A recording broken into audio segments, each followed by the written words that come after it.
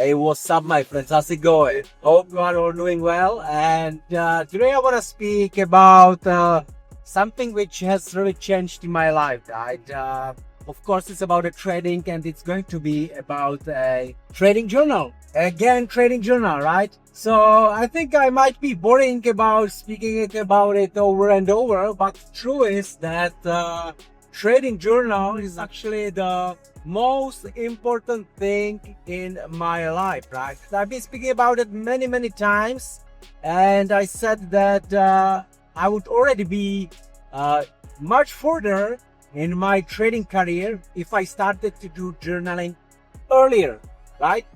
I'm trading, it's almost 11 years.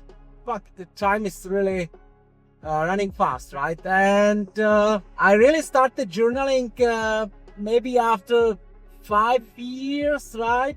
So I basically wasted 5 years without improving. Then I started somehow doing the journal, but I never been really organized, really never had it adjusted into my trading strategy, right? Having proper notes.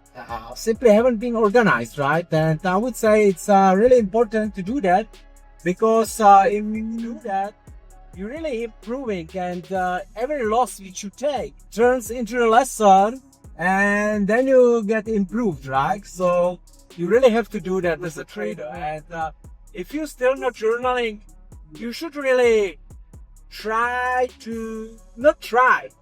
you should really sit down and work on your journal, right? If you don't have one, I'm providing my journal to my students. I must say that I'm really amazed to see the people who told me that they are around the trading for 5-6 years, and they really never did any improvements, right? But some of my guys, I sometimes been maybe a little bit tough to them, but now everyone is really thanking me, right? That I've been too tough. I forced them to do that, right? I checked their journals, how they're doing it, right? And also, basically, I show them how to do that. And now these people in our group, they sending fucking amazing trades. And the thing is that you shouldn't just journal your trades, but also the trades which you didn't take, right? The trades you want to be in when you see something that it's played out, and it would be really potential profit, but you didn't take the trade. That's especially when you should do journaling this thing, right?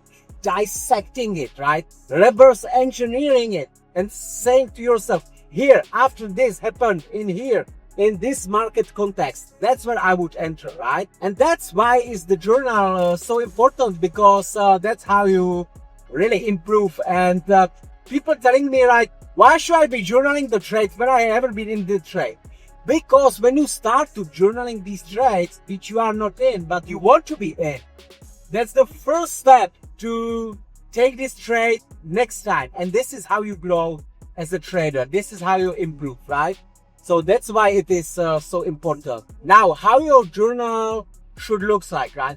You definitely don't need to write the price you entered, right? You don't need to have this, but you really need to have a journal adjusted into your strategy, right? So you need to have columns, and I will tell you the ones which I'm using, which makes the sense for me, which gives me the clarity, and the data which I'm collecting helps me to improve myself, right? So I'm definitely having the date, right? It's important, but more important is to have the day of the week, right? Because you will realize that Sundays are happening reversals more often than the next days. Then you realize that some days are more often a continuation days, right? So when you start to fitting this into your strategy, you will avoid reversal in some specific days. Like, for example, today I waited for the reversal on the euro, right? I didn't trade it yesterday because Wednesday is mostly when the market makes the continuation setups, right? And these things, even if I tell them to you that you should use it this way and that Wednesday happening this and that, what is important in the trading is confidence. So you need to live it by yourself. If I tell it to you and then you will see it, then you will be, okay, today is a Wednesday.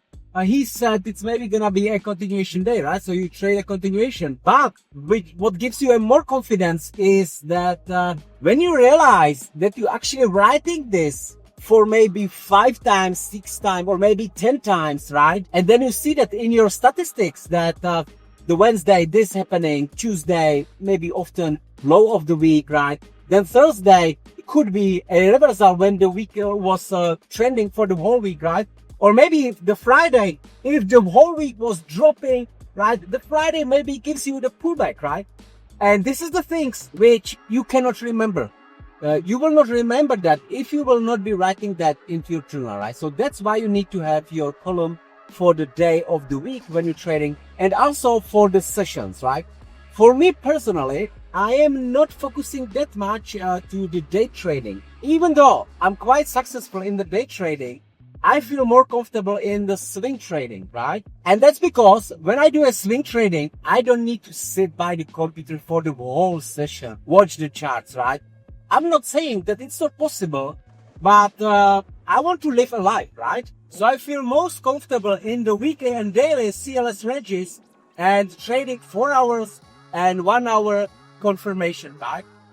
There's also possible to trade monthly ranges, but that's a little bit different because it takes a little bit more time, right? So day trading is too fast, and monthly ranges trading is opposite, it's too slow, right? So I found myself best in the daily and the weekly ranges. And again, how did I find that? Obviously, I feel it that I feel the most comfortable trading these, but also my trading journal tells the truth. It shows me that I have the most profits in these time frames, right? And I'm holding the trades until the target. I'm not closing too earlier, right? Or not using too tight stops, right? So that's basically how I found how I feel most comfortable for me, right? Right? And the next column obviously is going to be a key level, right? So you have a CLS range, at below or above, you need to have a key level, right? So obviously next data set will be a key level because I want to write down from which key level I am trading from, right? And after more than 150 trades, I realized that mostly my key level is a higher time frame order block or fair value gap, right? So that's what gives me more confidence, right? Then I'm not looking anymore for any other key levels because these two gives me the highest win rates, right? And now you can see how I'm slowly forming what I like to have, right? Now let's take it into the next one. So we have a day, CLS range, key level. Now on that key level has to happen some specific thing, which is a accumulation, manipulation, and then entering in the distribution or during the manipulation, right? And that manipulation has to happen on the specific time frame, right? So when we have a weekly CLS range, we need to watch a manipulation on the 4 hours, right? And on that 4 hours, we want to see a change in order flow. And that's what I'm watching on the 4 hours, right? And change in order flow happens if he's talking about a short, that we have a highest candle dipping out above a liquidity above a CLS range. And then the next candle is engulfing it and closing below. In that moment, it's a change in order flow. And in other words, it's also a order block, right? Not any breaker block, propulsion block, or whatever motherfucker block, right? And this is the one I'm looking for, right? Before, I've been looking for the many variations, right? And again, based on doing this trading journal, I have found out that this one is the one which working for me the best. Okay, and right now, after all these years, I don't think that there is any room for the improvement of the core of the strategy, right? I have 3 models, but I'm mainly trading the one, and also I have the second one, which is also very good. But the third one, based on my trading journal, I simply not using it, right? And why would I try to develop something new, right? When I can instead improve something what I have, right? But I don't mean improvement by adding some more indicators or maybe changing it or something like that, right? The improvement I mean is in my personal execution, right? Because I know exactly what I want to see on the markets, where I want to see it, when I want to see it, and what should I do if this and that happen. That's done. That's finished, right? But what I can do better, I can go with the tighter stop loss. I can maybe hold the trades a little bit longer, because recently I have found out that most of the trades, there is a little bit room for the better targets, right? So right now, I'm not working anymore on the strategy. That's finished. But I'm working on myself, on my psychology, on better executions, right? Right. And this is what really makes changes, because I said it many times. Me as a trader, I'm very close to reach 1 million profit on the personal account. I think it's going to be this month. But I tell you this, I have made 350k in the past 6 years. And in this 1 year, I have made 650k in trading, right? And why? Because it's going to be almost a year soon since I decided to journal every trade, do the market reviews every week and every month. And I'm doing that no matter what, right? I never skip. And this discipline is what took me there where I am right now.